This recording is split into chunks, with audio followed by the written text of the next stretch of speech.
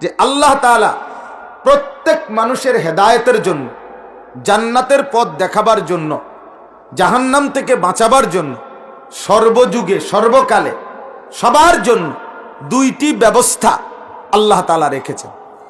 কয়টি ব্যবস্থা বলেন? দুইটি। এক, কিতাবুল্লাহ। দুই, রিজালুল্লাহ। আল্লাহ তাআলার এটা একটা কুদরতি নিজাম। চিরকাল প্রত্যেক মানুষের হেদায়েতের জন্য আল্লাহ তাআলা এক নম্বর রাখছেন কিতাবুল্লাহ, আল্লাহর কিতাব, মনোনীত কিতাব রাখছেন, যেখান থেকে বান্দারা হেদায়েত পাবে। আরেকটা হলো ওই কিতাব শুধু ছাপাইয়া যার যার হাতে তুলে দেয় নাই, বরং ওই কিতাব আল্লাহর কথাগুলো, আল্লাহর বিধানগুলো পরিপূর্ণ স্পষ্ট বুঝাইয়া দেওয়ার জন্য সর্বযুগে আল্লাহ তাআলা মনোনীত ব্যক্তি রেখেছেন। তাহলে আল্লাহর হেদায়েত দেওয়ার জন্য আল্লাহ যেভাবে গ্রন্থ রাখছেন, ওইভাবে বুঝানে দেওয়ার জন্য উপযুক্ত হাদি, পথ প্রদর্শক রাখছেন। দুইটার সমন্বয় যার জীবনে ঘটে সে হেদায়েত পায়। যে দুইটাকে মিলায়, আমি একজন আলেমকে অনুসরণ করি, আবার ওই আলেমের কোরআন সুন্নাহর আলোকে কথাকে অনুসরণ করি, তাহলে এই দুইটা যখন মিলে কোরআন সুন্নাহর বক্তব্য মানব, আর সেটা বুঝনেওয়ালা একজন দিনদার, মুত্তাকি, হক্কানি, রব্বানি, আল্লাহওয়ালা আলেম থেকে শুনে নেব, জেনে নিব। এই দুইটা যখন কেউ যার জীবনে গ্রহণ করে তো সে নিশ্চিত হেদায়েতের রাস্তা পায়।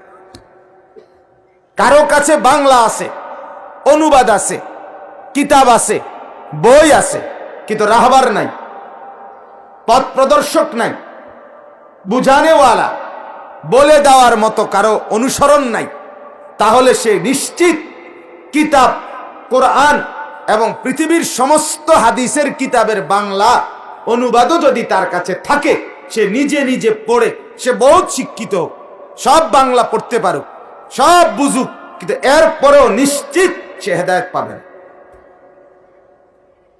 আলো পাবে না। আবার ব্যক্তিকে তো মানে তার কাছে মনে হইছে সে আলেম, হুজুর, ফিসাব, আউলিয়া, কিন্তু লোকটার কথাবার্তা কোরআন সুন্নাহর আলোকে না, হের যেটা মনে কইরা। সমন্বয় লাগবে আল্লাহর কিতাব এবং এটাও লাগবে কোরআন এবং সুন্নাহ, সাথে সাথে বুঝানেওয়ালা উপযুক্ত রাহবার, হক্কানি, রব্বানি, মুত্তাকি, আলেম, দুইটাই লাগবে। এটা কুদরতি নিজাম। এই দুইটা যে তার জীবনে গ্রহণ করে, একত্রিত করে, তো সে আলোর পথ পায়, হেদায়েত পায়। এজন্য আল্লাহ তাআলা আল্লাহর জমিনে কিয়ামত পর্যন্ত দ্বীনের জন্য আগে নবী এবং রাসূল পাঠিয়েছেন। নবী রাসূলদের পরবর্তীতে একদিন রাসূলুল্লাহ সাল্লাল্লাহু আলাইহি সাল্লাম মনে করেন আজীব কথা, নবীজি ইন্তেকাল করছেন, এখন নবীজির লাশ মুবারক রয়েছে হুজরার মধ্যে, আয়েশা রাদিয়াল্লাহু তাআলা আনহার কামরা। সাহাবায়ে কেরাম কি করছে? আগে পরবর্তী জিম্মাদার খলিফা, উনার আগে নির্বাচন হয়েছে, উনি ঠিক হয়েছে আগে, এরপরে নবীজির লাশ দাফন হয়েছে। তার মানে উম্মত 1 ঘন্টার জন্য যে দাফন কইরা নবীকে, এরপরে হাত মুখ ধুইয়া একটু বিশ্রাম আশ্রাম কইরা, নাহলে আমরা রাইতে ঠিক করমু পরে লোক, এরকমও করে নাই। তাইলে দেখা যাবে আসরের পরে দাফন হইছে, রাত্রে 10টায় ফয়সালা হইছে, তো বিকাল 4টা থেকে 10টা, এই 6 ঘন্টা উম্মত রাহবার ছাড়া থাকবে না। আল্লাহ নিজাম, রাহবার ছাড়া উম্মত 1 মিনিটও থাকে না।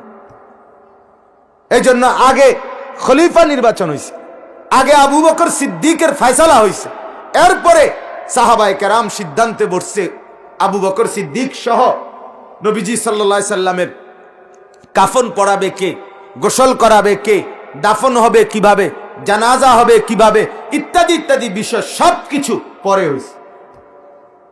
তাহলে আল্লাহ তাআলার কুদরতি নিজাম, ওয়া ইমিন উম্মাতিন ইল্লা খালা ফিহা নাযীর, কোরআনের বক্তব্য। আল্লাহ তাআলা বলেন, এমন কোন জাতি অতিবাহিত হয় নাই যাদের সাথে আমি আল্লাহ তাআলা তাদের জন্য নদীর ভয় প্রদর্শনকারী বান্দা পাঠাইনি, এমন কেউ যায় না। কোরআনে আল্লাহ বলছে আওয়ালাম নুআম্মিরকুম মা ইয়াতাযাক্কারু ফীহি মান তাযাক্কারা ওয়া জাআকুমুন নাযীর। প্রত্যেক মানুষকে আল্লাহ বলবে, প্রতিটা বান্দাকে, যারা নাফরমান পাপী জাহান্নামী, তাদের প্রত্যেককে আল্লাহ বলবে, বলো তো বান্দা আমার দুই কথার উত্তর দাও। কয় কথা?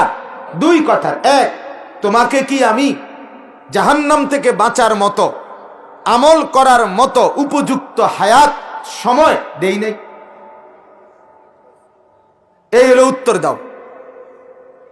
আল্লাহ তাআলা যাকে হায়াত দেয় নাই তাকে জাহান্নামও দেয় নাই। এজন্য জাহান্নামে কোনো 8 বছরের, 10 বছরের, 12 বছরের বাচ্চা জাহান্নামে যাবে না।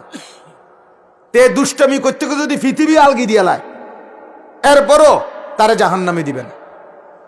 জাহান্নামে যাবে সে বালেগ হয়েছে, যে কি হয়েছে, যে যার উপরে গোসল ফরজ হয়েছে, যে সাবালক প্রাপ্তবয়স্ক হয়েছে, মুকাল্লাফ হয়েছে। সেদিন থেকে, যেদিন থেকে বালেগ হয়েছে, সেই মিনিট থেকে হিসাব শুরু হয়েছে।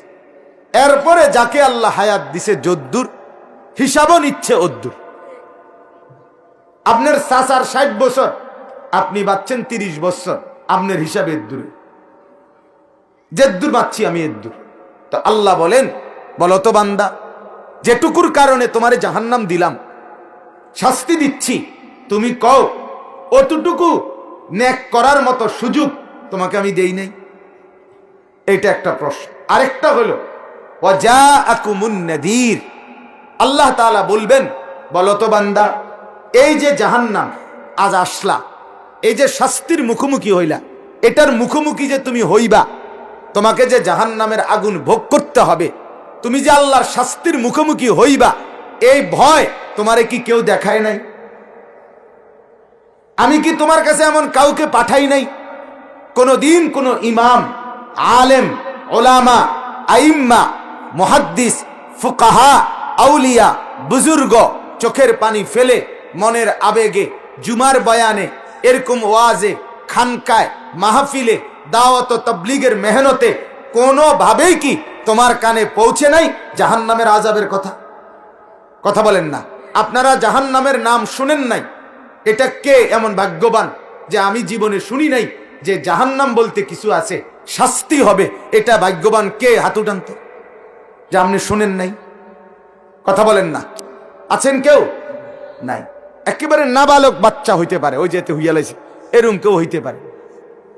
কিন্তু আমরা যারা বুঝমান, এমন একজনও নাই। তাইলে কি কারণ থাকতে পারে? আল্লাহ বলবেন, বান্দা বলো তো কি কারণ? এক, আমল করার মতো হায়াত আমি তোমাকে দিয়েছি। 2, তোমাকে বুঝাইয়া বলার জন্য আমি আল্লাহ আমার পক্ষ থেকেই ভয় প্রদর্শনকারী বান্দা, এই ভয় প্রদর্শনকারী যারা, তাদেরকেই বলা হয়, এক জামানায় বলছে নবী, এক জামানায় বলছে রসুল, তারপরে হয়ে গেছে তাদেরই পরিচয় ওলামা। এটা আল্লাহরই নিজাম। আখিরি পয়গাম্বরের মাধ্যমে তিনি রসুলের ধারা বন্ধ করে দিছেন, কিন্তু নবীর ধারা বন্ধ করে দিছেন, কিন্তু আল্লাহর ভয় প্রদর্শন, আখিরাতের কথা, পরকালের কথা বলার জন্য লোক প্রেরণ আল্লাহ বন্ধ করেন।